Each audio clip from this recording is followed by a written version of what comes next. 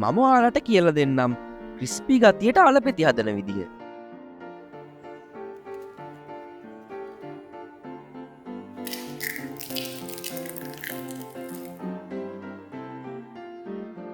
ඉතින් මේ තියෙන්නේ මේක හදන්න අවශ්‍ය වෙන ද්‍රව්‍ය ටික. මම මේකට ගන්නේ සුද්ධ කරපු ටිකක් ලොකු අලගෙඩි 3ක්. අපි මුලින්ම මේ ටික හීනියට කපා ගන්න ඕනි. මම මෙතනදී අල ටික කපා ගන්නේ ග්‍රේට් එකකින්. ඔයාලට ග්‍රේට් එකක් නැත්තම් පීයෙන් උනත් කපා ගන්න පුළුවන්. හැබැයි කොහොම හරි ගොඩක්ම හීනියට තමයි කපා ගන්න ඕනි.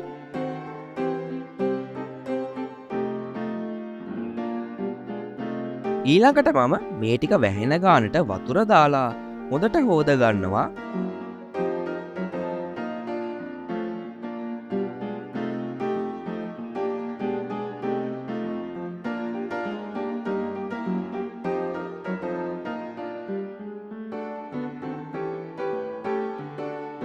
දැන් අපි මේ ටික පොඩ්ඩක් තම්බ ගන්න ඕනි. මොකද එතකොට තමයි ගොඩක් ක්‍රිස්පි ගතියට මේක හදා ගන්න පුළුවන් වෙන්නේ. ඉතින් ඒකට මම පෑන් එකකට වතුර දා ගන්නවා මේ වගේ.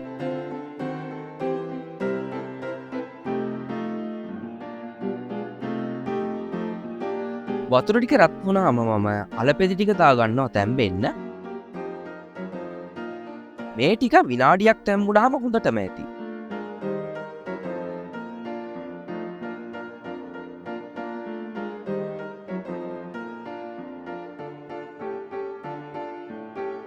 තැම්බුණ අලපෙති ටික මම කෙලින්ම අයින් කරගන්නේ කූල් වතුර දාගත්ත බෝල් එකකට.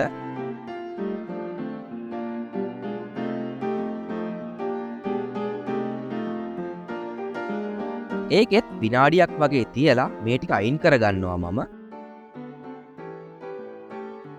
අලපෙති ටික ෆ්‍රයි කරගන්න කලින් අපි ඒ ටිකේ තියෙන වතුර අයින් කරගන්න ඕනි මුලින්ම. මේ වගේ පේපර් සර්වියට් උඩින් අලපෙති ටික තියාගන්න.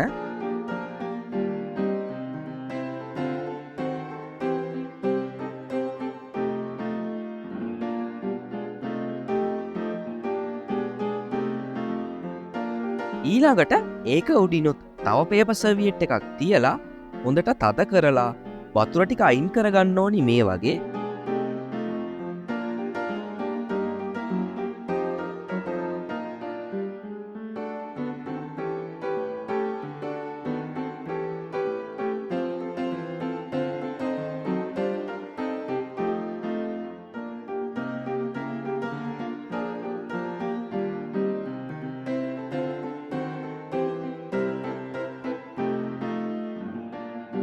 හරි දැන් අපිට තියෙන්නේ මේ ටික ෆ්‍රයි කරගන්න.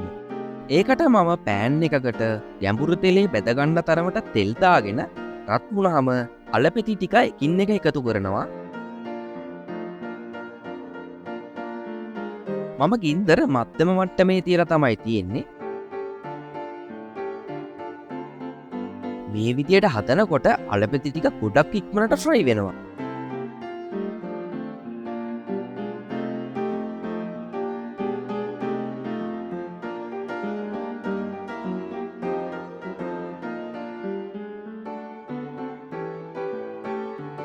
විනාඩි 5ක් විතර ෆ්‍රයි වුණාම මම මේ ටික ලිපෙන් බා ගන්නවා. අපි දැන් මේ ටික රස කරගමු. ඒකට මම බෝල් එකකට ෆ්‍රයි කරගත්ත අලපෙති ටික දාගෙන මිරිස් කුඩු තේ හැන්දක් දානවා. තව ලුණු තේ හැන්දකුත් දාගෙන මේ විදිහට මම මික්ස් කරගන්නවා.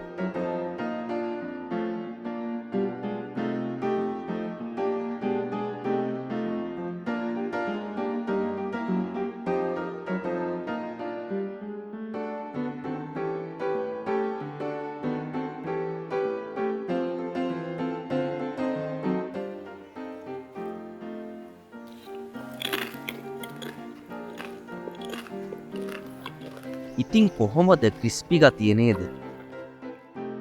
මගේ මේ වීඩියෝ එකත් බලන්නකෝ. බයි බයි.